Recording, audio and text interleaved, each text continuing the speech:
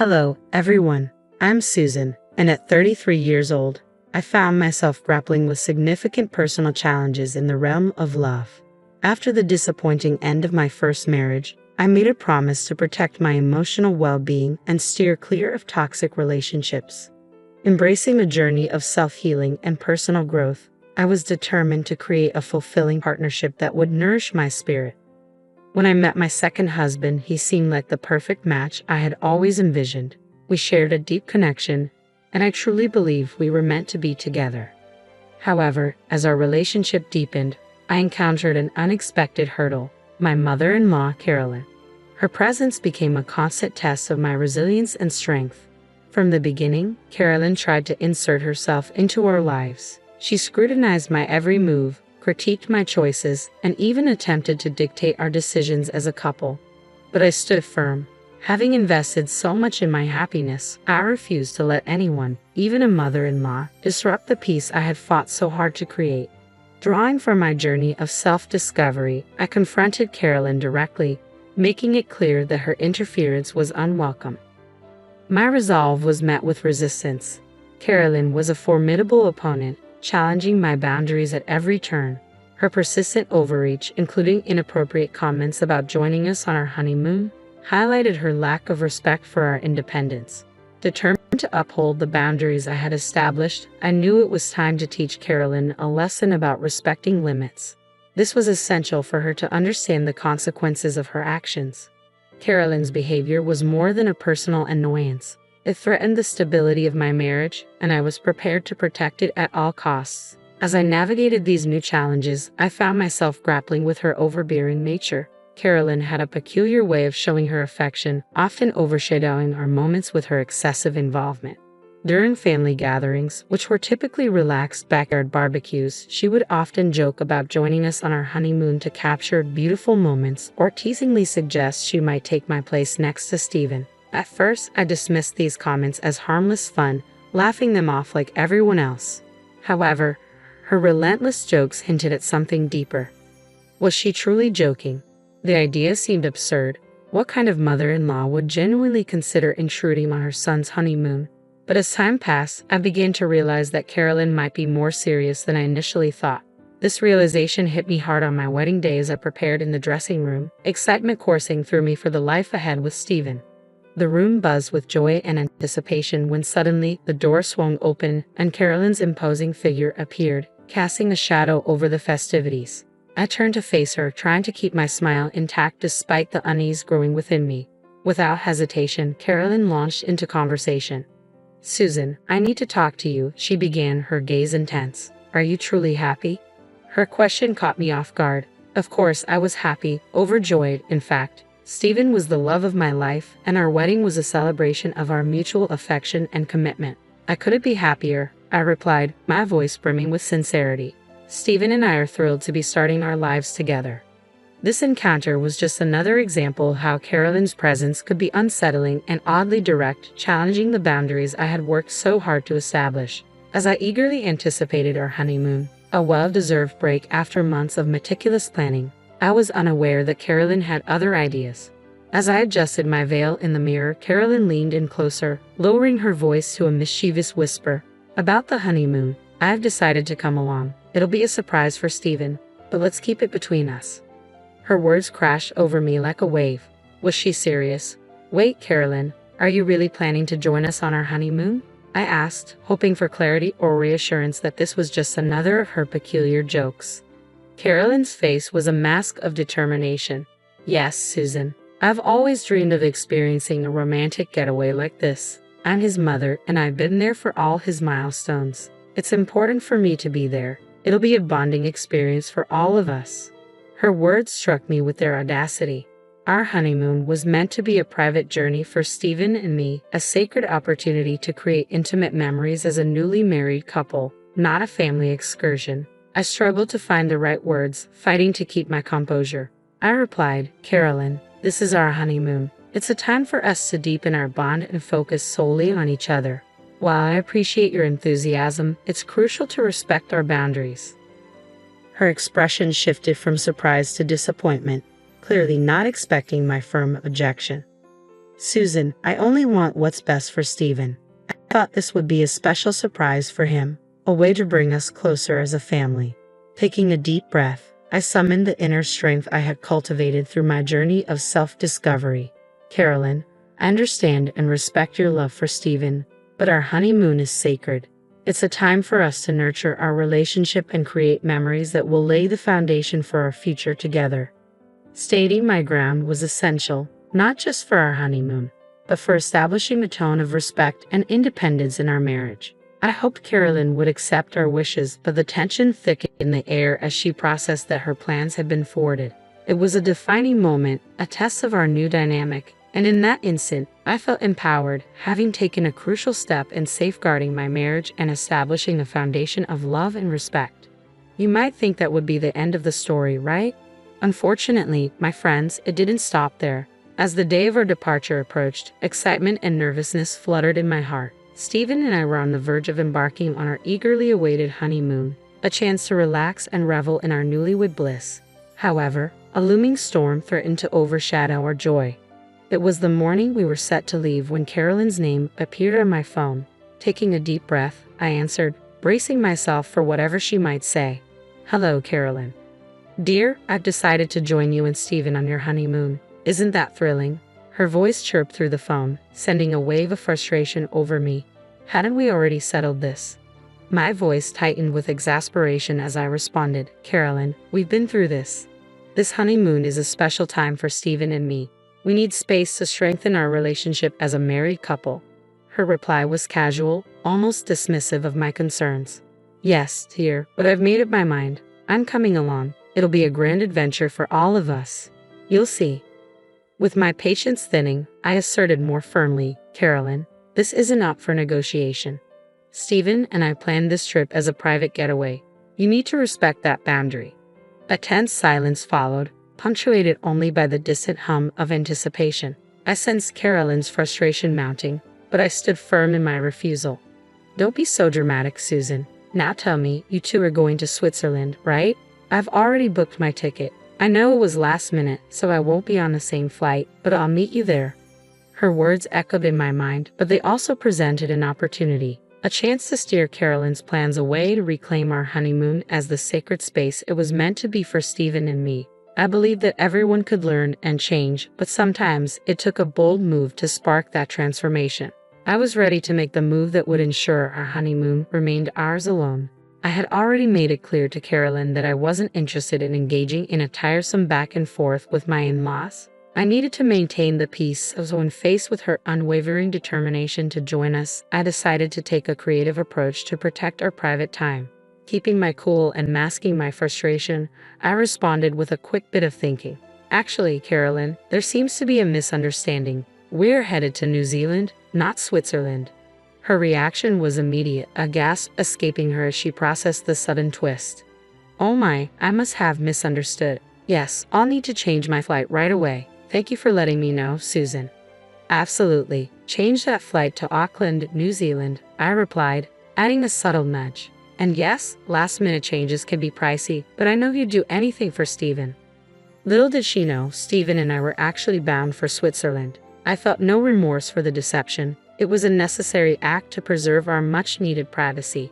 Carolyn hurried off to adjust her travel plans, and as I ended the call, a sly smile spread across my face. For now, our honeymoon was safe from any unwanted interference. With each passing minute, my sense of relief grew. Stephen and I were free to start our journey without the looming presence of Carolyn's meddling. It was a small victory, but a significant one, proving my resolve to protect what was sacred to us. As our plane descended into Switzerland, the excitement between us was palpable. The breathtaking landscapes, historic architecture, and vibrant culture awaited us. Stepping off the plane, Stephen exclaimed in awe, Susan, look at this view. Can you believe we're actually in Switzerland? It's even more beautiful than I imagined. I know, Stephen. It feels like we've stepped right into a fairy tale. I can't wait to explore everything, I replied, equally enchanted by the setting. We arrived at our charming hotel in the heart of Geneva, immediately taken by its elegant decor and cozy ambience. The city buzzed with history, art, and music, and we were eager to dive into this cultural feast. This hotel is incredible, Susan. Great choice, Stephen remarked, appreciating the atmosphere that promised to make our honeymoon memorable. Indeed, we're here to immerse ourselves in the beauty of Geneva, celebrating our new life together in a place as magical as our dreams. I'm really glad you like it, babe. I wanted our stay to be perfect, I responded, thrilled by Stephen's appreciation. As soon as we arrived, our excitement overcame our weariness. Hand in hand, we walked through the enchanting streets of Geneva, soaking in the grandeur of the Palais des Nations and savoring delicious confections from the charming local cafes. Stephen, can you believe the beauty of this place? The Alps are breathtaking, I exclaimed, my heart full of joy. I'm blown away, Susan. This is a dream come true. Thank you for planning such an amazing honeymoon, Stephen exclaimed, his eyes shining with happiness. Exhausted but fulfilled, we returned to our hotel, deciding to rest before continuing our adventure. As Stephen headed for the shower, my phone rang. It was Carolyn. Hey Carolyn, that's great. I hope you have a safe flight, I said, trying to keep my tone upbeat. Oh my gosh, I can hardly contain my excitement. I can't believe you're actually joining us in Auckland. We're going to have the most incredible time together at the Oceanfront Hotel. You won't believe the breathtaking views of the harbor. Carolyn gushed. I maintained my facade with enthusiasm. Oh dear Carolyn, I'm equally thrilled to embark on this adventure with you. I'm so glad you finally came to your senses and saw the beauty in me tagging along on your honeymoon. I knew you'd be understanding, Carolyn replied, her voice brimming with satisfaction. I rolled my eyes but kept up the act. Absolutely, Carolyn, you're so right. The flight may be a bit tiresome, but trust me, Auckland will captivate your heart with its vibrant cityscape, the iconic opera house, and stunning beaches. You'll be in awe. Oh, that sounds marvelous. I simply can't wait to experience it all. Susan, I hope Stephen is ready for some quality mother-son bonding time.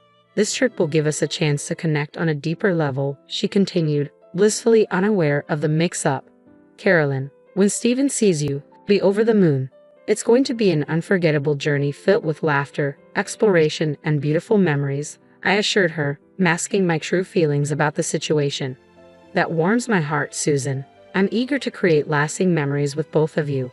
Rest assured, once I land in Auckland, I'll reach out to you immediately. That will be our signal to commence this grand adventure, Carolyn concluded. Perfect, Carolyn. The moment you touch down, give me a call and we'll coordinate our plans, I said, ending the call with a sense of relief, knowing our actual destination remained just between Stephen and me. As I hung up, a playful twinge of mischief washed over me. The thought of Carolyn discovering we were actually in Switzerland, not New Zealand, sparked gleeful anticipation within me. I hoped this mix-up would serve as a powerful lesson in respecting boundaries and allowing my marriage to Stephen to blossom without her overbearing involvement. The prospect of Carolyn's forthcoming surprise added an exciting layer to our Swiss adventure, heightening the joy bubbling in my spirit. It felt a bit like a game, but the desire to share an unencumbered journey with Stephen, crafting memories meant just for us, was too enticing to resist. However, as I hung up, a mix of relief and anxiety began to settle in. Stephen emerged from the shower, noticing my distracted state. What's going on? He asked, sensing the shift in my mood. My initial delight faded, replaced by a twinge of guilt about the entire escapade. I hadn't fully considered how Stephen might feel about the deceptive tactic I employed against his mother. The last thing I wanted was to sow seeds of deceit at the start of our new life together. Taking a deep breath, I decided it was time to come clean. Stephen, I have to confess something, I began, the words heavy on my tongue. Is everything okay? He asked, concern etching his brow. Not exactly, I admitted. You know how Carolyn always joked about tagging along on our honeymoon? Well, she was serious. She intended to join us. His expression shifted from worry to disbelief. What the hell? I told her that was out of the question because this time is meant for just us. I know, I said, my voice faltering, but she wouldn't take no for an answer. So I mistled her about our destination. Instead of arguing, I told her we were going to Auckland, hoping it would keep her from intruding on our privacy.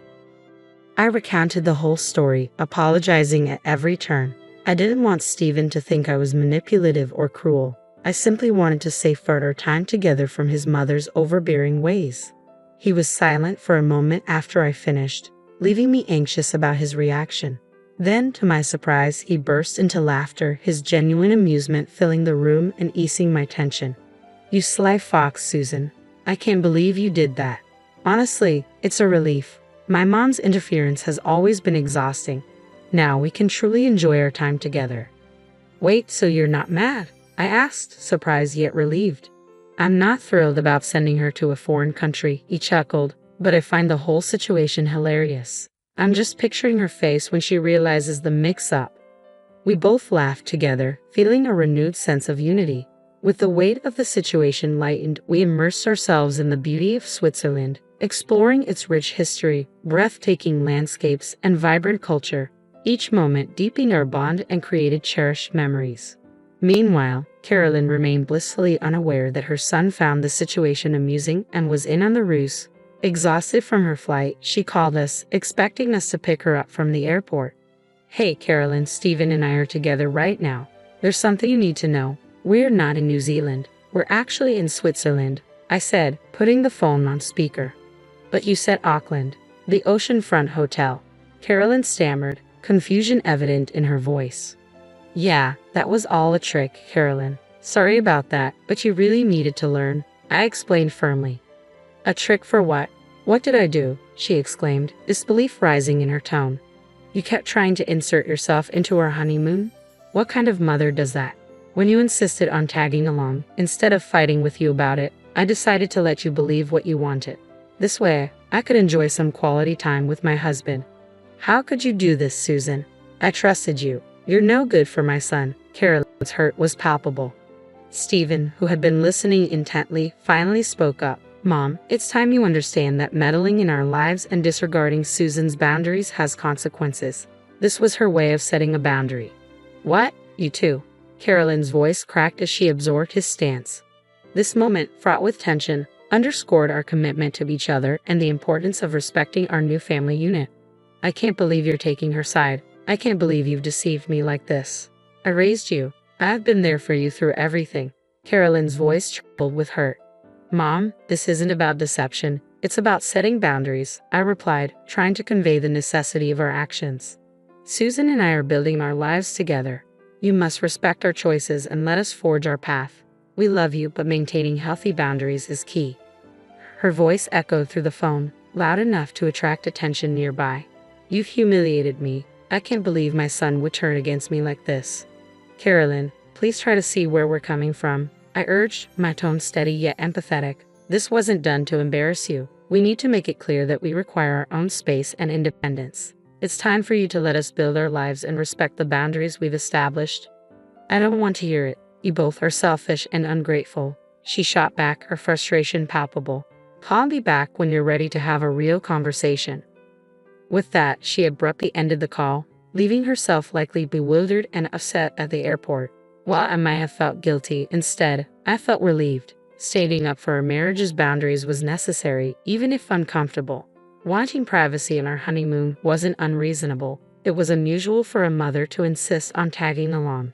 "Stephen, are you all right with how things turned out?" I asked, concerned about his feelings. "Yes, Susan, don't worry about Mom. She's embarrassed and frustrated, but maybe this will finally show her that her behavior isn't okay. She needs to respect our boundaries, whether she likes it or not," he reassured me, his tone resolute yet caring. As we continued our honeymoon in Switzerland, enjoying the stunning vistas and cultural delights, the issue with Carolyn receded into the background. We decided she would contact us when she was ready to reconcile, and perhaps she would make something of her unplanned trip to New Zealand. Regardless, I felt confident she'd think twice before trying to interfere with our plans in the future.